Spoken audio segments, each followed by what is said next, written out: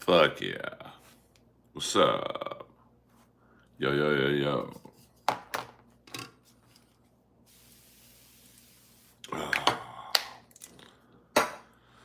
I'm just trying a stream at this hour. You know, I'm doing everything I can.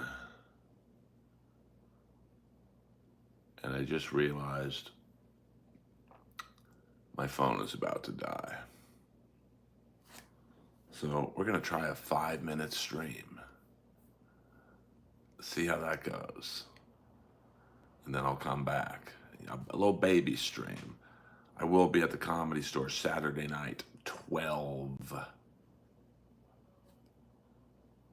a.m. So I'm going to guess around 12:15 a.m. And then,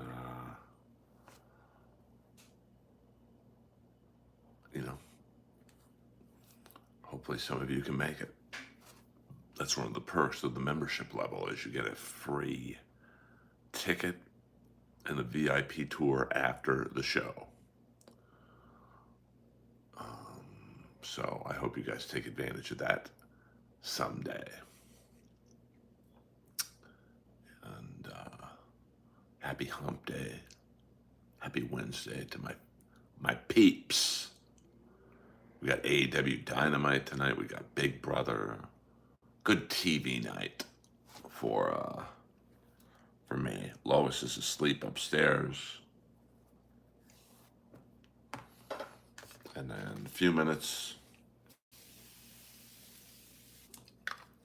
you can go to the many people who are streaming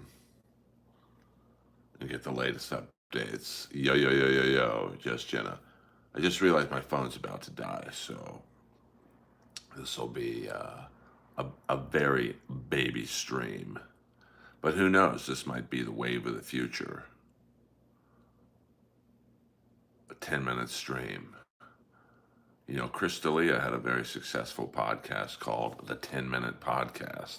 That's before the shit hit the fan. Thank you. I appreciate that. Ricardo, I do my best. I'm a comedy soldier, and I'm on the front lines battling with all the freaks in Los Angeles comedy. And I'm not going to lie to you guys, sometimes it can be discouraging, but nothing's going to stop me.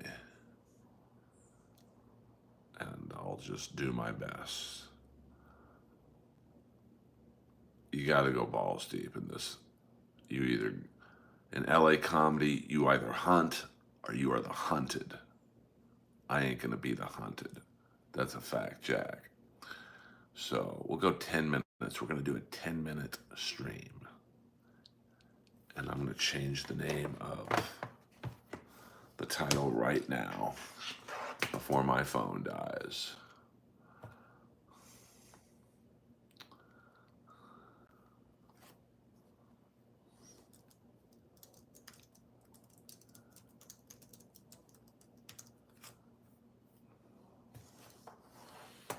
You know, this could be the wave of the future.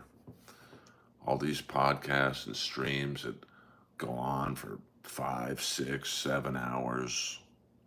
Maybe I've stumbled upon something. 10-minute streams. So hit the like and subscribe button. That's my call to action. And I'll come back in a few hours when my phone is fully juiced and give you guys at least an hour stream. And I humbly apologize. I should have known better. But I do appreciate the support. We'll go another 4 minutes, guys. Just think of this as like a movie trailer. And this is like a teaser of the next stream. Because my phone is literally on empty. It could go dead before the 10-minute mark, to be completely honest with you. And if it does, it's just the way it works. So I'll go back to writing dick jokes. And because you guys have been loyal soldiers, let me give you a joke I've been working on. We'll go into my Um, let me see. Was watching the Billy Joel documentary, and I never knew playing the piano could get you so much pussy. Hey, it's not like the greatest joke. It's more of a thought than a joke. And then the last thing I've written down is, well, it's kind of a two-part joke. Finally, I can get through a half of a WNBA game on TV. Who knew lime green dildos were the answers for better ratings? Hey, speaking of lesbians, MLB this week had its first female umpire, and the scary thing is it took me 4 innings to figure out it was a girl. Boing! So, not like the greatest jokes as I was.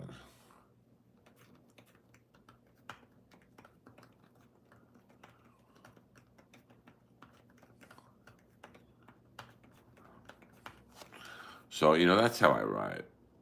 Oh shit, SCBID show. What up? What up?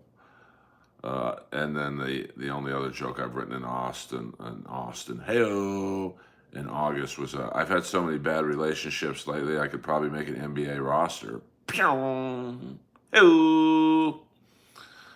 Thank you, William. I mean, they're not like George Carlin's 7 dirty word jokes. We'll go 2 more minutes, guys, and then I got to charge my phone. My phone's about to die. I wore this shirt last night to a comedy show, and this is a shirt from 1991. So this T-shirt is 34 years old. And I said, hey, guys, this T-shirt, I got it. Long Beach Arena, 1991. It's 34 years old. That's older than any girl all day.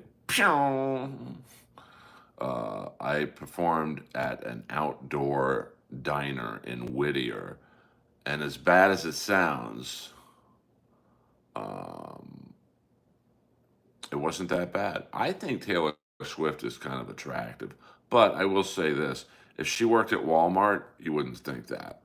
The fact that she's probably the most powerful performer uh, in the world is probably appealing to a lot of people. So, I mean, Michael Richards returning. I mean, he couldn't do any worse. Uh, yeah, I mean, that was not a good bra Ashley Cummings was wearing. So, oh no, it was not a good look. You gotta like, I know girls with no tits, and they they look good because the bra they wear fits their body. I mean, you can have an A cup and it look good if the bra you're wearing is, appropriate. Uh-oh, the queen is up. Queen Lois is up. Let's see if this works here. Go a few more. Well, that don't work. Uh-oh, the baby is up. The Queen Lois, is up. You can hear her in the kitchen. So, yeah, that was not a good look.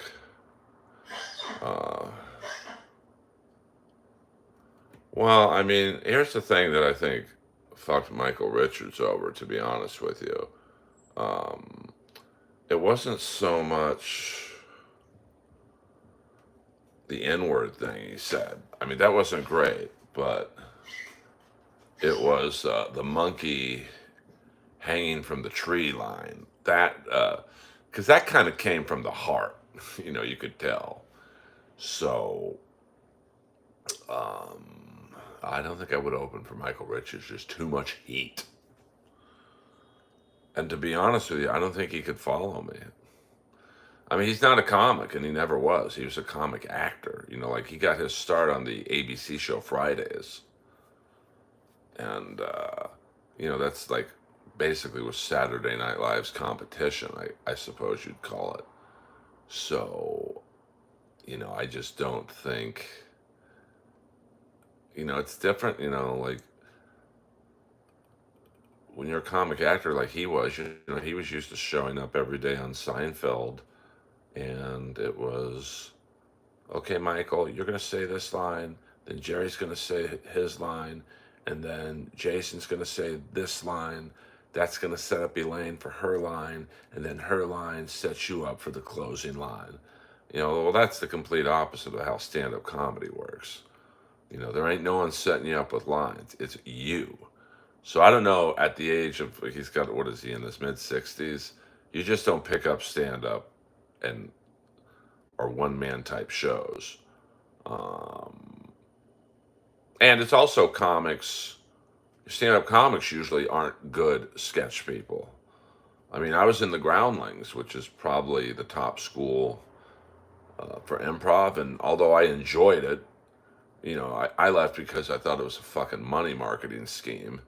Um, I mean, I didn't see it, but I heard Larry David one night went up on stage in New York.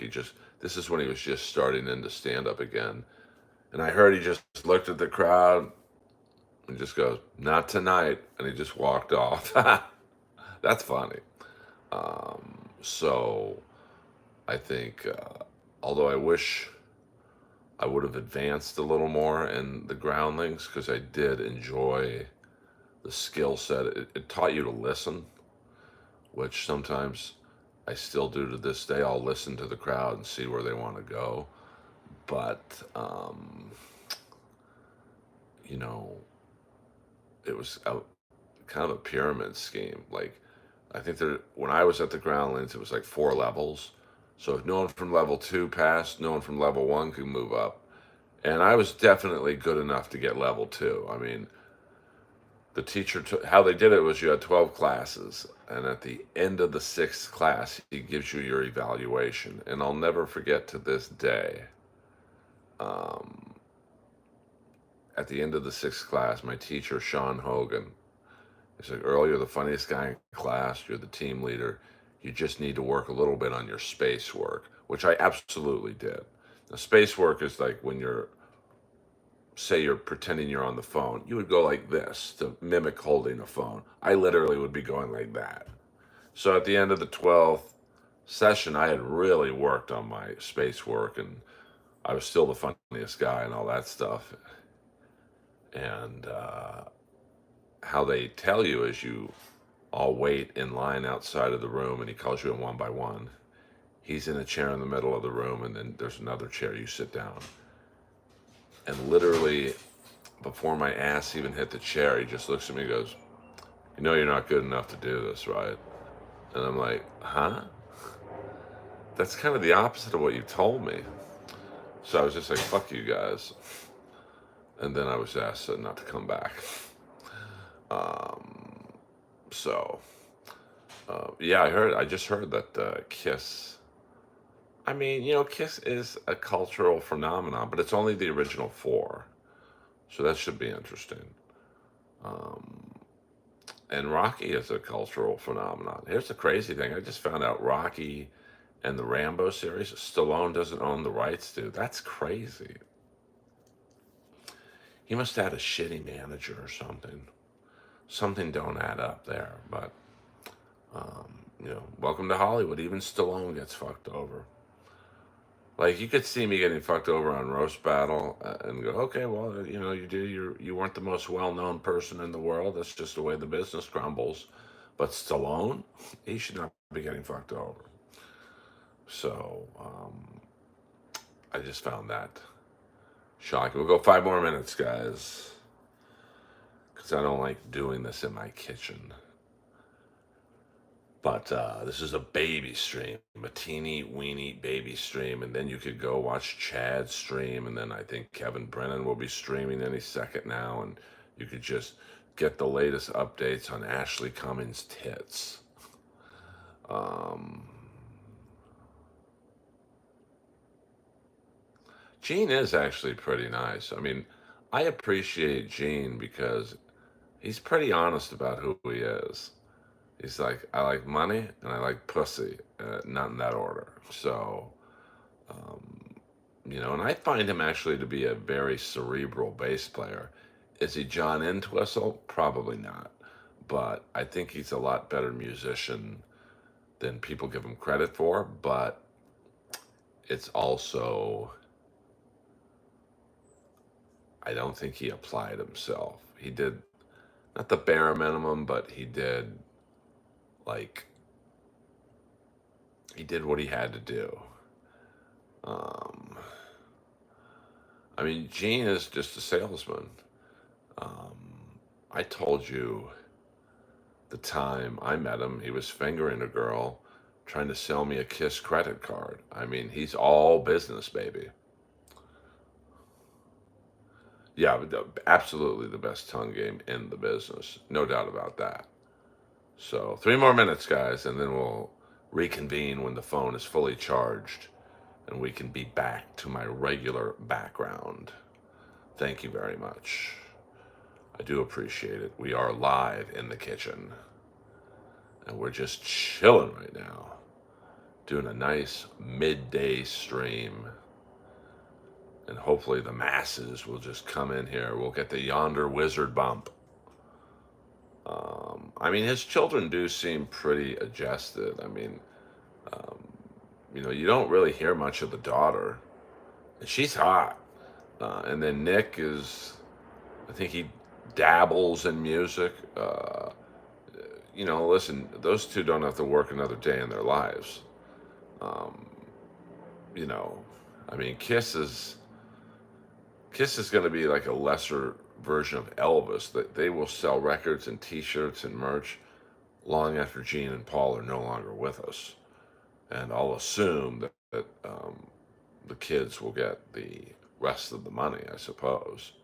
So, um, and Shannon Tweed, Gene's wife, and I'm not sure, is Paul married? I'm not sure if he's married. I did sneak into Paul Stanley's wedding at the Bel Air Hotel. I had some intel of it was going down. So my friend snuck me in, and I got to see the vows. And they did it right by where the swans are. If you've ever been to the Bel Air Hotel, I'll assume most of you haven't. And there's a beautiful lawn area where they have swans, and there's a little wedding space they've set up.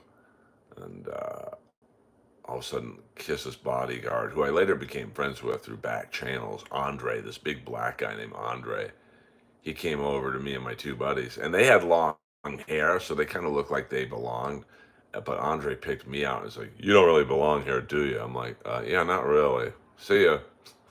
Um, so that was kind of one of the funnier things. All right, guys, we got 30 seconds until my phone dies. So get those last minutes questions, trolls, thoughts, complaints. Get them in now, baby, because we are about to go off the air. Yeah, I mean, you get, like I used to hang around the same circles as Tori and Randy Spelling, and, those kids were just lost souls, man. I mean, their dad's income to this day is going to be amazing. I mean, Beverly Hills 90210 is on the air still. Vegas with Robert York, that's on the air still. Dynasty is in syndication. I mean, he's got about 10 shows in syndication. I mean, the money you make in syndication is mamma mia. And all his shows, not all of them. He had that one show about Malibu that didn't do well, but his big shows, the big hits, they're all well over 100 episodes, and that's when you make the fat daddy money. So, um, and then some rich kids actually grow up to be doctors and lawyers, and they don't want their parents' money. I wouldn't be one of those kids. Oh, so all right, you guys. I'll see you in a few hours. Uh, I mean, she heckled me one night. Her and her, I think it's her ex-husband, Dean. I was in the original room. I wasn't bombing, but I wasn't doing great, to be honest with you. There's maybe 20 people in the room, and then all of a sudden, her and Dean walked in the room, and they were kind of heckling me, and I said, "Give it up for Donna." What was her name in Beverly Hills 90210? Summer, Donna Summers, or I don't know. I didn't watch the show that much. Jamie Kennedy is cool. He came to my house. He did my podcast, so you can check out Inappropriate Earl with Jamie Kennedy. He was fucking awesome. we've bonded over his movie Boiler Room, which is a very good cult movie. If you haven't seen it, check it out. And incredibly nice. And I have love for Jamie Kennedy. Yeah, I mean, Kiss. They were unlike anything that was before them. I mean, they weren't the first band to wear makeup. There was David Bowie, there was Alice Cooper, the New York Dolls, but they were the first band to wear that much, that extreme version. And they took it to another level. And, unfortunately for them, they got so big, it caused the band basically to break up. And they never quite captured the glory days, but they survived. I mean, they survived in the 80s. They had a couple albums that went double platinum. I think Animalize, Asylum, um, even Crazy Nights was like, it was like a Bon Jovi ripoff album, but like, that didn't do bad. I mean, the tour didn't do great, but the album was all over MTV. Um, I mean, I like them. But I go into, that those first probably five albums were great because they were hungry, and they were desperate. I mean, their first three albums they put out in like a year and a half. That's unheard of, to put out three full albums in a year and a half.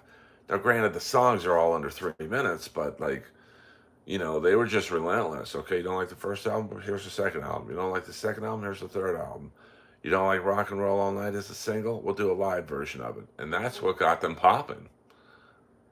So, and then unfortunately by Alive 2, they were so big. I mean, they were like the Beatles in the US. I mean, there's not many bands where you could name all four members. Like everyone, and even if you didn't like Kiss, you knew, oh, Gene, Paul, Ace, and Peter. And, it's like I couldn't name all the Foo Fighters. There was Taylor Hawkins on drums and Dave Grohl and Pat Smear. I couldn't name the other two or three guys. Um, yeah, I mean, they did have to because the music probably wasn't up to snuff. I mean, they were never going to be compared to like Led Zeppelin sonically, but I think their manager Bill Aucoin, he picked a format of quick 2.5 to 3 minute songs, and you give them a live stage show that no other band's done in the history of music, and it worked. So I mean, it was just weird. Like a lot of Kiss fans were kids. No, I mean not were adults. And then when they got into the merchandising of the lunch boxes and the book bags and the notebooks, they kind of became a kid band. Um, so um, they are a bunch of evil capitalist pigs. That's a fact, Jack. All right, you guys. Uh, Earl Skakel in the house.